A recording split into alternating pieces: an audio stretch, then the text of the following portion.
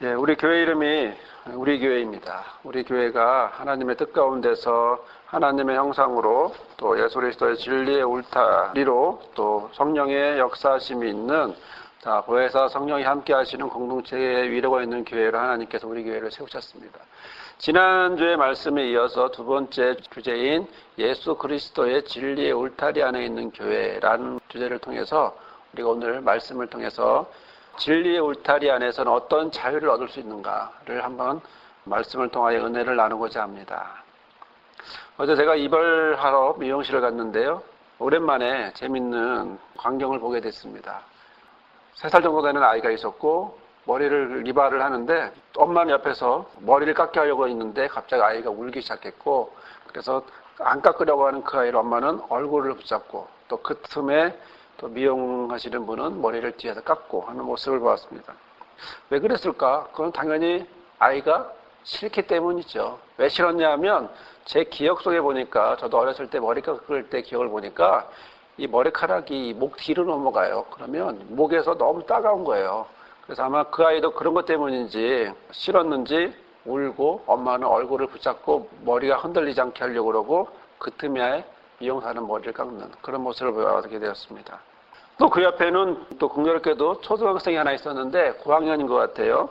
아빠랑 머리를 하러 왔는데 이 아이는 처음에 하고 싶었던 게 뭔가 봤더니 머리를 길게 하고 싶었었어요. 그런데 머리를 길게 하고 싶은데 아빠는 옆에서 머리를 짧게 깎으라는 거예요. 아빠와 생각이 서로 다른 거죠. 그런데 아이가 좀 머리를 좀 길게 잘랐는지 앞에 와서 아버지가 더 짧게 자르라고 그렇게 이야기하고 있습니다. 아이는 어쩔 수 없이 원하지 않지만 머리를 짧게 자를 수밖에 없는 그런 모습이 되었습니다. 자, 모두가 삶을 살면서 자유롭고 싶습니다. 모두가 삶을 살 때 편안하고 싶고 내가 마음대로 내 뜻대로 움직여지고 싶어요. 하지만 어릴 때 이런 작은 것부터 시작해서 우리는 시간이 흐르면 흐를수록 점점점 그 자유가 실제로는 가능하지 않다라는 사실을 우리는 경험하고 알게 됩니다. 나는 자유롭고 싶은데 나는 편안하고 싶은데 머리 하나도 내 마음대로 자르지 못한다는 것이고 나는 편하고 싶은데 사회가 규범이 전통이라고 하는 것들이 나를 올가매고 그렇게 살라고 계속해서 나에게 요구를 합니다. 사람 낳고 돈 낳냐라고 하지만 실제로는 돈 낳고 사람 낳은 것처럼 그런 시대를 우리는 살아가고 있습니다. 내가 원해서 나는 학교를 다녀야지 하고 학교를 만들어낸 게 아니라 이미 학교는 있었고 나는 그 학교를 다녀야만 하는 거죠. 내가 어떤 직장을 가거나 직업을 선택할 때 있어서 그 직업을 선택하려면 어떻게 됩니까? 기존의 어떤 과정들을 밟지 않으면 그것을 해낼 수가 없습니다. 저 같은 경우도 목사가 되는데 목사가 되려면 대학을 졸업해야 되고 또 대학원도 나와야 돼요. 제가 목사 되기 10여 년 전만 해도 대학교만 나와도 됐는데 새로운 규칙이 생기면서 대학원을 나와야 목사가 될 수 있는 그런 과정이 됐죠. 그러다 보니까 저는 원해서라기보단 목사가 되기 위해서는 반드시 대학원을 다닐 수밖에 없는 그런 모양의 위치가 되었던 겁니다. 여기서 끝나느냐? 그렇지 않습니다. 직장이라고 하는 것이 또 새로운 모양들을, 새로운 것들을 준비하기 위해서 계속해서 공부해야 되고 준비해야 합니다. 공부만을 위한, 교양을 위한 공부가 아니라 생계를 위해서 내가 이것 때문에 어렵게 살아가고 있는 바로 이 생계를 위해서 우리는 그것들을 준비해 가야 되고 자격증을 따야 되고 또 여러 가지 모양으로 아침에 일찍 학원 가서 직장 가고 저녁에 늦게 학원 가고 이런 되풀이된 삶을 우리는 살아야 합니다. 얼마 전에 어느 직장인하고 대화를 하게 됐는데요. 그 직장인은 이렇게 얘기해 말합니다.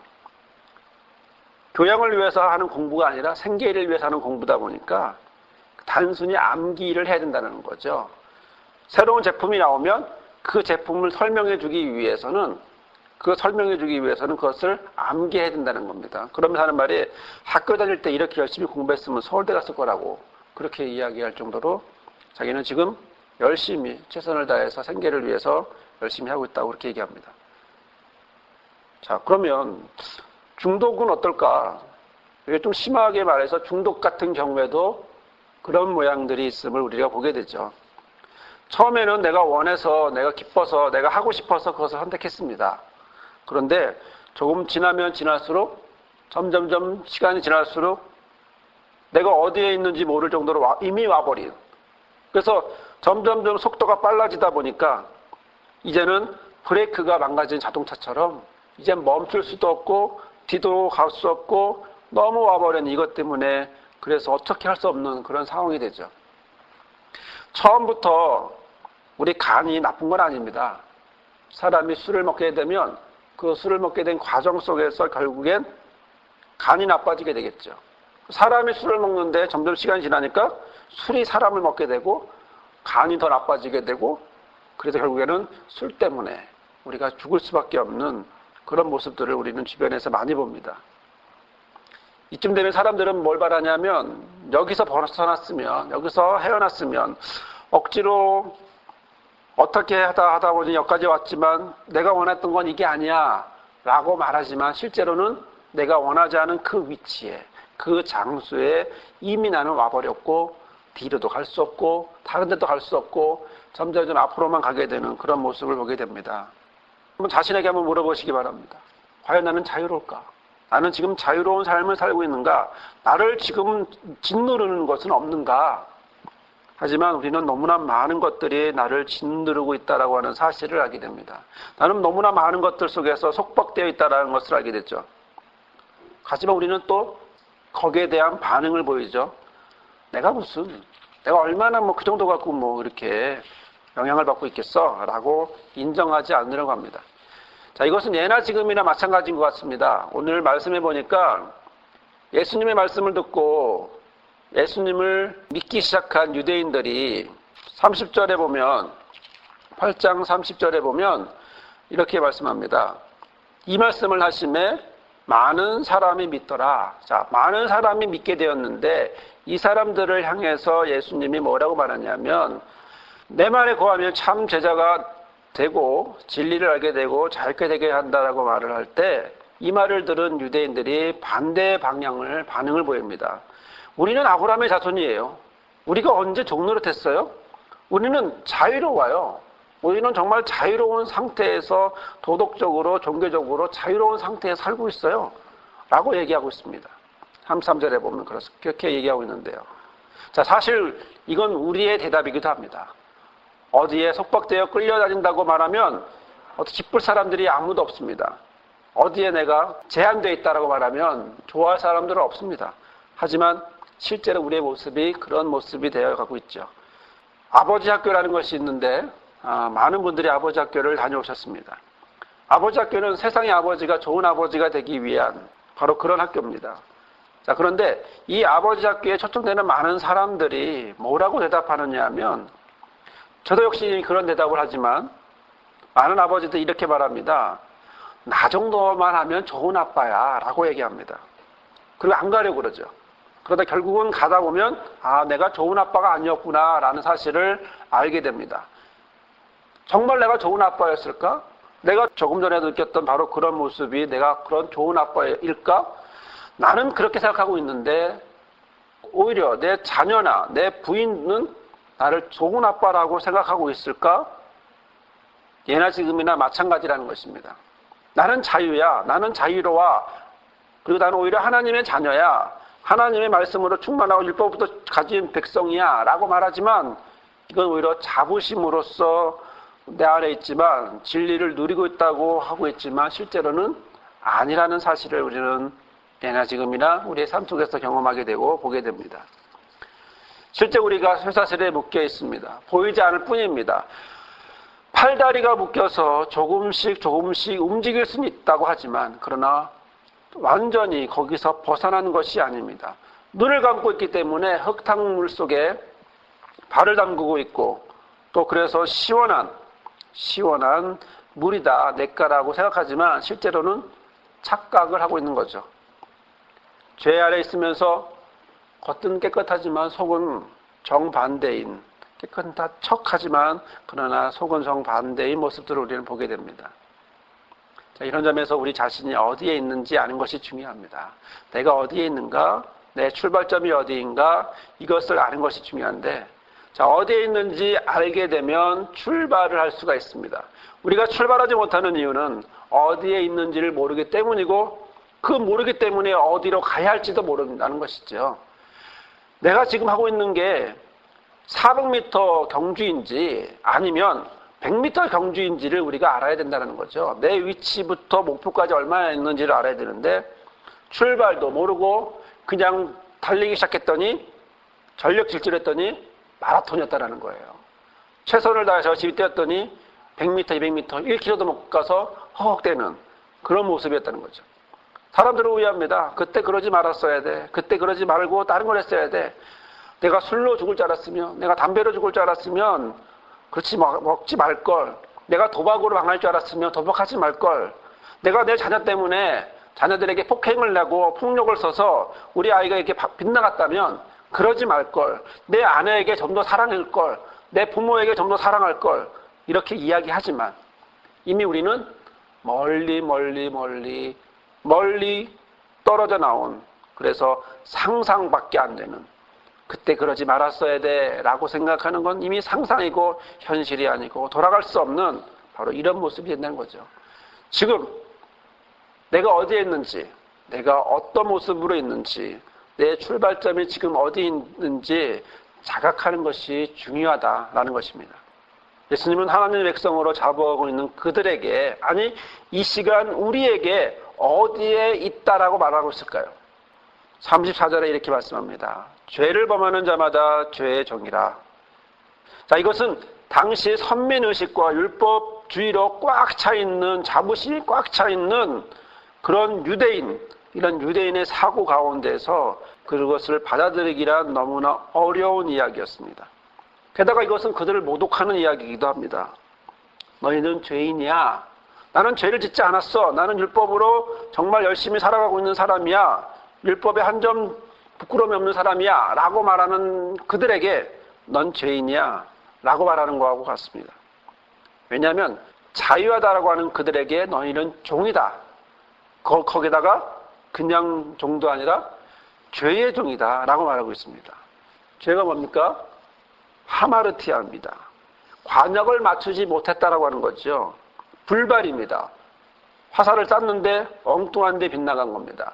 하나님의 말씀에 정확히 맞춰서 거기에 일치하는 삶이 아니라 전혀 다른, 하나님의 말씀과는 전혀 다른 것을 얘기합니다. 그래서 죄라고 하는 것은 하나님의 기준, 하나님의 말씀에 빗나간 것을 이야기하는데요. 바로 이러한 모습을 율법을 행하는 그들에게 너희가 나는 율법에 꼭 맞게, 하나님 말씀에 꼭 맞게 살아가고 있다라고 자부하고 있는 그들에게 너희들은 말씀에서 빗나간 삶을 살고 있어 라고 질책하고 있는 것입니다. 게다가 범하는 자라고 하는 건 뭐냐면 한 번 하고 마는 게 아니고요. 습관적으로 또는 반복해서 어떤 일을 계속하는 사람들을 얘기합니다. 즉 하나님의 말씀에서 빗나간 그것들을 습관적이고 반복적으로 행하고 있다라고 하는 사실을 얘기하고 있습니다.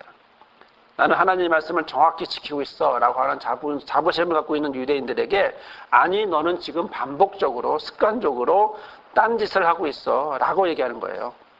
이 모습은 여전히 우리의 모습이기도 합니다. 좋은 아빠라고 착각하지만 실제로는 가족들은 그렇게 여기지 않는다는 거죠. 법 없이도 살 사람이라고, 법 없이도 살 사람이라고 생각하지만 수없이 법을 어기고 있습니다. 아무것도 안 보이는 깜깜한 방에서 내가 하고 있는 이 행동이 검은 행동인지 아니면 하얀 행동인지 전혀 상관없이 하고 있는 바로 그런 모습입니다. 그러면서 우리는 이렇게 속으로 얘기합니다. 괜찮아. 원래 사회에는 이런 거야. 남들도 이 정도는 다 해. 괜찮아. 라고 우리는 합리화를 합니다. 과연 그럴까요? 그러면 하나님은 예수님을 통하여 또 예수님은 우리를 이 시간 우리에게 어디에 있으라고 할까요? 어디에? 주님은 우리가 어디에 있기를 원하실까요? 31절을 한번 보시기 바랍니다. 31절에 보시면 그러므로 예수께서 자기를 믿는 유대인들에게 이르시되 너희가 내 말에 거하면 참 내 제자가 되고 라고 말씀합니다. 어디에 있으라고 합니까? 내 말에 거하며 내 말에 머무르면 예수님의 말씀에 거한다라고 하는 것은 끊임없이 그 말에 귀를 기울이고 온전히 복종하는 것을 얘기합니다. 그 말씀을 붙잡고 살아가는 삶을 이야기하는 겁니다. 그 안에 말씀 안에 들어가 있으라고 말씀하고 있는 것입니다. 다른 곳에 있으라고 하는 것이 아니라 말씀 안에 있으라는 거죠. 우리가 지금 교회 안에 있습니다. 교회 안에 있다라고 하는 것은 곧 하나님의 울타리가 되는 것이기도 하는 거죠. 사실 말 한마디라는 것이 정말 중요한데요. 그 말 한마디가 인생을 흔들어 놓습니다. 좋은 말 한마디와 나쁜 말 한마디가 이 사람을 평생 좋은 사람으로 나쁜 사람으로 살아갈 수 있게 만듭니다. 우연히 했던 이 한 말이 평생 그 사람은 말한 사람은 잊어버리는데 들은 사람은 영원히 기억하고 그 말 때문에 괴로워하기도 하고 기뻐하기도 한다는 거죠. 그 말 때문에 도전되기도 하고 좌절하기도 하고 그 말 때문에 존귀하게 여기기도 하지만 스스로 한심한 사람으로 여기기도 합니다.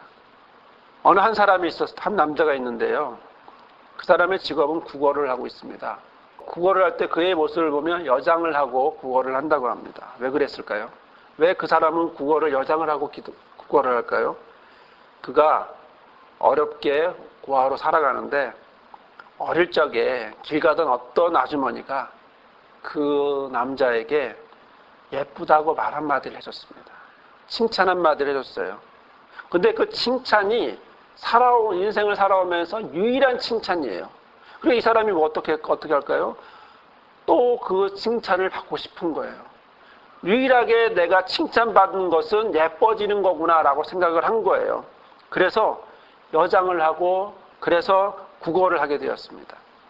만약에 그 아주머니가 멋있다라고 얘기했다면 아마 그는 건장한 청년이 되었고 지금 그런 모습으로 살아갈 수 있을지도 모르겠습니다. 하지만 그 말 한마디가 남자에게 이쁘다라고 했던 그 한마디가 그 사람을 평생 여장을 하며 살아가도록 그렇게 만들어 놓았습니다. 어릴 적 누구의 한마디가 자기를 흔들어 놓습니다. 자신도 잘 모르는, 그런데 자기가 원해서도 아닌데 예를 들어 늦둥이로 태어났습니다. 늦둥이로 태어났는데 사람들은 왜 늦둥이로 태어났냐고 뭐라고 이야기를 합니다. 볼 때마다 이야기합니다. 그러면 그 사람은 여러 가지 반응이 보이겠지만 악착같이 살아가든지 보복을 하며 살아가든지 아니면 좌절하든지 이런 그 말이 계속 그 사람을 흔들어 놓는다는 사실을 보게 되죠. 여러분, 지금 여러분에게 영향을 미치고 있는 말이 있습니까? 여러분들의 생각 속에 나를 지금 여기에 있게 한 그 말이 있습니까? 내가 지금 힘들어할 때 힘이 주는 말이 있습니까? 아니면 거꾸로 힘나는데 그 말 때문에 내가 좌절하는 그런 말들이 있습니까? 바로 그 말 때문에 괴로워하기도 하고 기쁘게도 하고 그 말 때문에 존귀하게 되기도 하고 한심하게 되는 그런 말들이 있습니까? 그 말들을, 그 많은 말들 중에 우리는 과연 어떤 말에 우리는 영향을 받아야 할까요? 그 많은 말들 중에 어떤 말에 영향을 받아야 될까요? 주께서 오늘 말씀하십니다. 내 말에 거하라는 거죠. 내 말에. 어떤 말? 예수 그리스도의 말에 거하라. 그러면 이 예수 그리스도의 말은 어떤 말일까요? 25장 우리에게 주시는 말씀 위에 25절부터 27절에 보면 이렇게 말합니다. 저희가 말하되 내가 누구냐? 예수께서 가라사대 나는 처음부터 너희에게 말하여 온 자니라.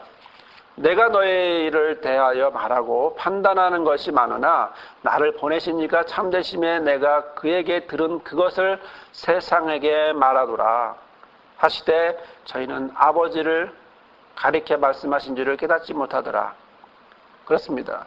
예수님은 말씀하십니다. 예수님은 자신의 입을 통하여 말씀하십니다. 누구의 말입니까? 아버지의 말씀입니다.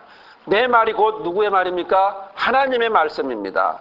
놀라운 선포입니다. 어느 누가 내 말이 하나님의 말이야 라고 말할 수 있는, 자신 있게 말할 수 있는 사람이 있습니까? 하지만 예수님은 하나님의 아들이기에 내 말이 곧 아버지의 말이야 라고 말하고 있고 아버지에게서 들은 것을 세상에 내가 말하고 있어 라고 담대하게 증거하고 있습니다. 그래서 예수님 말씀하시는 겁니다. 다른 데 있지 말고 내 안에, 내 말에, 내 아버지의 말 속에 거하라고 얘기하고 있습니다. 유대인은 나는 아버지 안에 있어, 하나님의 율법 안에 있어 라고 말하지만 실제로는 빗나가고 있는 삶을 살고 있다는 것이고 오직 예수님은 내 말에 거하라, 아버지의 말씀 안에 거하라, 주께서 주시는 이 말에 거하라 라고 말씀하고 있습니다. 다른 곳에 있지 말고 여기서 이것이 힘이 되고 기준이 되고 또한 방향이 되라고 또한 위치가 되라고 있어야 될 곳이 되라고 얘기하고 말씀하고 있는 것이죠. 그 다음에 이어지는 건 그 말에 따르게 되면, 그 말에 거하게 되면, 그 말에 머물게 되면 어떻게 될까요? 그것은 참 내 제자가 된다는 겁니다. 다음, 하나님의 말씀에, 예수님의 말씀에 머물게 되면, 그러면 그는 무엇이 됩니까? 참 제자가, 참 나의 제자가 된다라고 주께서 말씀하고 있습니다. 지난주에 진리의 울타리에 대해서 말씀을 드렸습니다. 사람들은 안전의 욕구가 원한다고 그랬죠. 사람들은 다른 것이 아닌 생리적인 욕구가 채워지면 안전하고 싶고 편안하고 싶습니다. 어떤 울타리 안에 있고 싶어 합니다. 아무 울타리가 아니라 내가 편안함을 느낄 수 있는 바로 그런 울타리를 만들어 놓고 싶어 하고 그 안에 있고 싶어 합니다. 요한 3서는 사랑하는 자는 진리 안에서 있기 때문에 기쁨을 준다, 기쁘다라고 말씀하고 있습니다. 가이오는 진리 안에서 행하고 있다라고 말씀하고 있습니다. 하나님의 것을, 선을 선택하면서 아버지께서 보시기 합한 바로 그런 것들을 행하고 있다라고 말씀하고 있습니다. 구체적으로 나그네, 복음을 전하는 자들을 도와주고 있다고 칭찬해주고 있습니다. 진리가 뭘까요? 진리는 예수 그리스도이죠. 예수 그리스도의 말씀이 진리입니다. 자, 나의 말에 거한다라고 하는 것은 곧 진리 안에 거한다라고 하는 것은 곧 울타리 안에 있다는 것입니다. 안전의 욕구, 그리고 그 다음에 이어서 소속과 사랑의 욕구, 그러고 나서 자아 실현을 하는 제자가 되는, 진짜 제자가 되는 그런 모습이고, 이것은 우리 교회의 기도 제목이기도 합니다. 목자가 되게 하소서, 기도 제목이죠. 그러면 참 제자가 되면, 말씀 안에 거해서 참 제자가 되면 그 다음엔 어떻게 될까요? 그 다음에 진리를 알게 됩니다. 8장 32절, 진리를 알지니 너희가 진리가 너희를 자유케 하리라. 자, 진리는 알레데이아입니다. 알레데이아는 단순한 사상이나 어떤 행위의 진실성, 사실을 말하는 게 아닙니다. 역사적인 사실을 말하는 게 아닙니다. 어떤 과학적인 법칙을 말하는 게 아닙니다. 여기서 말하는 진리는 뭐냐면 내 말에 거하여 참 제자가 되는 것을 얘기합니다. 내 말에 거하면 참 제자가 되고, 내 말은 곧 하나님의 말이고, 내 말은 나는 곧 하나님의 아들이다 라고 하는 바로 예수 그리스도의 선언을 받아들이는 것, 이것이 진리라고 알레데이아라고 말하고 있는 것이죠. 그런데 이것을 어떻게 해요? 안다라는 것입니다. 안다는 학습에서 배우는 게 아닙니다. 공부해서 배우는 게 아닙니다. 단순히 머리로 습득하는 게 아닙니다. 경험으로, 몸으로 체득하는 걸 얘기하는 적극적인 의미입니다. 진리를 알게 된다는 것은 어떠한 객관적인 사실을 머리로 이해하고 끝나는 게 아니라 예수 그리스도가 하시는 그 말씀이 진리의 말씀이고, 또 진리이신 그 말씀이 직접 하셨던 그것이 인격적으로 교류가 되면서 자신의 삶을 통해서 수용되고 또 삶에서 녹아지고 내 삶에서 그것이 변화되고 나타내고 하는 이런 모든 작용들을 안다라고 경험을 하는 것입니다. 머리로도 당연히 아는 것이 아니라 머리로도 마음으로도 모든 의지로도 지정이라고 하는 모든 부분에서 다 아는, 경험하는, 삶에서 다 알게 되는 이것을 기노스코, 안다라는 거죠. 진리를 안다라는 것은 곧 예수 그리스도의 선언의 말씀, 예수 그리스도의 말씀이 내 삶 속에서 그대로 녹아지고 그대로 행하여지고 있는 것을 말씀하고 있는 것입니다. 세 번째 나오는 이 자유라고 하는 단어는 엘유데로스인데, 엘유데로스. 자, 정치적이고 사회적인 어떤 자유에서 구속되어 있는 것을 벗어나는 자유로워진 것을 이야기합니다. 하지만 성경에서 말하는 것은 좀 더 넓습니다. 정치적인 속박이나 노예 상태가 아닌 어떤 유대인이 로마에 속국에 되어 있는 이런 정도의 뜻이 아닌 더 넓은 종교적이고 더 도덕적인 의미까지 더 넓혀져 있는 의미입니다.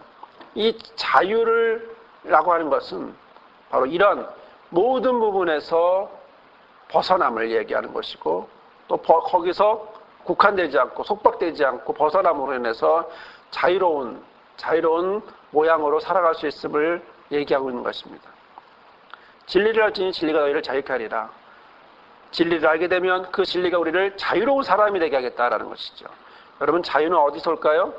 32절은 진리를 알지니 진리가 너희를 자유롭게 하리라 라고 하는 말씀을 보면 마치 느낌이, 뉘앙스가 진리를 알아라, 그 진리를 깨달아라, 진리를 경험해라 라고 하는 명령어 같습니다. 그 진리가 너희를, 그러면 그 진리가 너희를 자유케 할 거야 라고 하는 명령문처럼 보입니다. 하지만 32절의 말씀은 반드시 31절과 같이 봐야 합니다. 너희가 내 말에 거하면 그 다음 참 제자가 되고, 그 다음 참 제자가 되면 진리를 알게 되고, 또 그 진리는 자연스럽게 자유케 된다 라고 하는 말씀까지 이어진다는 거죠. 그럼 무엇이 중요합니까? 처음이 중요합니다. 어디요? 내가 어디에 있는가? 예수 그리스도가 어디에 있으라고 하는가? 내 말에 거하라고 하는 바로 그곳에서부터 출발하여 말씀이 나를 참 제자로, 또 참 제자가 된 나는 삶 속에서 진리를 알게 되고, 그 진리가 나를 자유로운 사람으로 만들어낸다라고 하는 사실을 우리는 보게 되죠. 품에 있어야 따뜻합니다. 멀리서 상상만 하고 있으면 저게 따뜻할까? 머리는 알지만, 그러나 안아주는 품에 들어와야 실제로 따뜻합니다. 우리 교회는 심벌이 있는데요. 이 심벌은 울타리를 상징하기도 하지만 그 안에는 빨간 원, 노란 원, 파란 원이 있습니다. 노란 원은 중앙이고, 또 노란색은 하나님을 중앙을 상징하면서, 가운데를 상징하면서, 또 신앙적으로는 하나님을 상징합니다. 그러면 옆에 있는 파란색은요? 파란색은 이상을 상징합니다. 파란색은 남자를 상징하면서도 동시에 이상을 상징하는 거죠. 에덴의 동쪽이라고 하는 것처럼 이상향을 상징합니다. 어떤 이상향? 자유를 얘기하는 거죠. 하나님의 말씀 안에서 자유를 이야기하는 겁니다. 그러나 빨간색은요? 빨간색은 여자를 상징하지만 또 하나는 높은 지위를 상징합니다. 세 개의 의미가 높은 지위입니다. 어떤 높은 지위일까요? 하나님의 자녀로, 제자로, 목자로 거듭남을 이야기하고 있는 것입니다. 사랑하는 성도 여러분, 그리고 울타리가 있는데 그 울타리는 뭘까요? 그것은 하나님의 팔로 제한되어 있는 거죠. 자, 하나님의 팔은 무엇일까요? 오늘 우리에게 주신 말씀에 놓고 보면 내 말에 거하면 이라고 하는 것입니다. 내 말에 거하면이라는 자체가 울타리입니다. 바로 예수님 앞에, 하나님 앞에 있으면서 하나님의 품 안에 있는 것, 바로 이것은 곧 내 말에 거하면, 하나님 말씀에 거하면이라는 것이죠.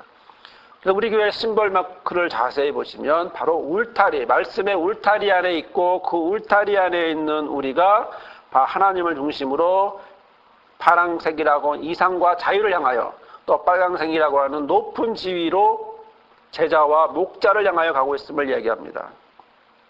성도 여러분, 누가 우리를 자유케 할까요? 36절을 보십시오.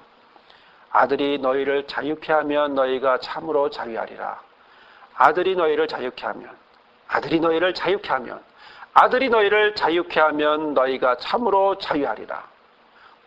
아들이 너희를 자유케 하면 너희가 참으로 자유하리라. 하덕규 씨의 노래가 있습니다. 자유라는 노래입니다.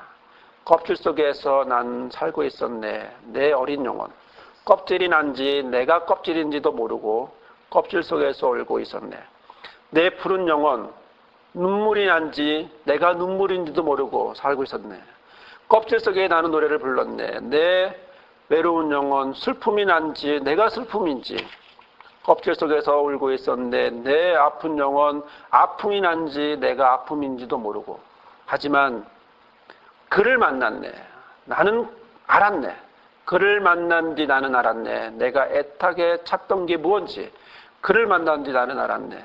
내가 목마르게 찾았던 자유, 바로 이 자유는 진리의 울타리 안에 있을 때, 바로 예수 그리스도의 말씀 안에 있을 때, 바로 제자가 되고 진리를 깨닫게 되고, 그리고 얻은 그 자유를 통해서 우리는 삶 속에서 다시 한번 새로운 모양으로 살아가는 그런 모습이 될 줄 믿습니다. 저와 여러분이 이런 진리 안에서, 진리의 울타리 안에서 예수 그리스도가 우리의 진리의 울타리가 되어 그 진리의 울타리를 고백하며 나가는, 또 그리고 그 삶에서 진리의 울타리 안에서 복을 누리며 말씀 따라 살아가며 제자가 되고 목자가 되고, 또 진리가 내 삶에서 그대로 녹아지는 그런 은혜의 삶이 되기를 주님의 이름으로 축원합니다. 아멘. 걸어가신 하나님, 이 시간 우리와 함께 하셔서 감사합니다. 우리에게 진리 되신 예수님을 보내주시고 하나님의 아들인 그분이 아버지의 말씀을 전하게 하시고 우리가 다른 곳에 있지 않고 예수님의 말씀 안에 거함으로 제자가 되고 진리를 경험하게 되고 또한 자유케 되는 진리의 울타리 안에서 주 앞에 살아가는 그런 우리들이 될 수 있게 주여 함께하여 주옵소서. 주의 말씀 안에 새로워질 때에 주여 매일매일 주님의 인도함으로 살아갈 때에 하나님 우리를 주의 품에 안아주시고 주의 울타리 안에 인도하여 주시고 붙잡아 주옵소서. 주께서 우리 모든 성도들 미래의 목자들도 주의 은혜 가운데 있기를 원하며 예수님의 이름으로 기도드립나이다. 아멘. 이제는 진리이신 예수 그리스도의 은혜와 그 아들을 이 땅에 보내주신 아버지 하나님의 놀라우신 사랑과 우리를 진리의 울타리 안에서 삶을 살게 하시는 성령님의 역사 인도하심이 오늘 이 시간 예배하며 주의 진리의 품에 진리의 울타리에 살기로 선택하며 결단하는 모든 성도들 삶 위에와 미래의 목자들 삶 위에 우리 교회와 민족과 나라 위에 영원히 함께하옵시기를 간절히 축원하옵나이다. 아멘.